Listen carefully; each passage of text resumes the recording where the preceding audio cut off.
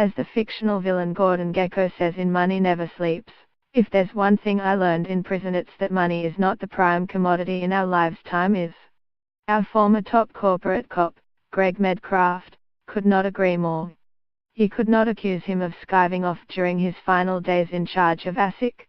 It was a big week on top of the normal handover stuff for his replacement, James Shipton. Medcraft got to save a sweet victory with the courts ratifying the NAB and ANZ BBSW settlements on Greg's final day in the office on Friday.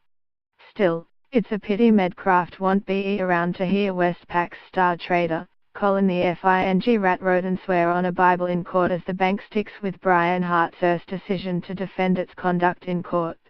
Having walked out of ASIC's door for the last time on Friday evening, Iron Man Medcraft boarded a plane on Saturday for Washington, D.C. He was there for a meeting of the Salzburg Global Forum where he would have been rubbing shoulders with Trump's chairman-elect of the U.S. Federal Reserve, Jerome Powell.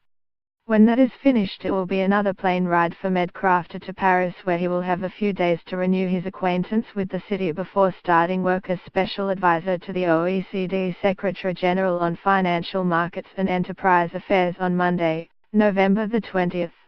Let's hope the Parisians reacquaint our Greg with the concept of work-life balance.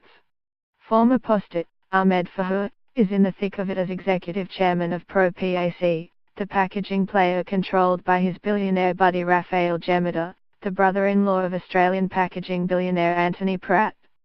And it is good to see that, unlike his pauper days at Australia Post, he recognizes that the real corporate world sometimes requires a little financial sacrifice.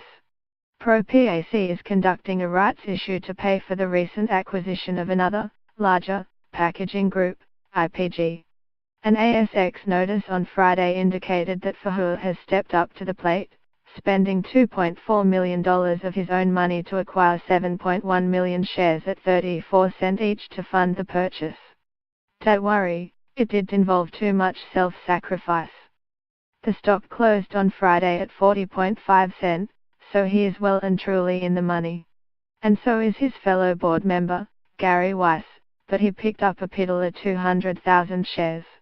Maybe Weiss was too busy in his role as Ardent Leisure's new chairman, dispatching CEO Simon Kelly to the slippery DIP, to realize what a great deal was in front of him at ProPAC. Let's see how that goes down with Ardent investors when they are asked to elect him to the board next Monday. Just where do we begin with Friday's Malopo Energy shareholders meeting? It all started in orderly fashion with Malopo's board advising shareholders to do nothing in relation to Jeff Wilson's cash offer via Wilson Asset Management, which countered the bodger bid from the Bolton-associated Aurora.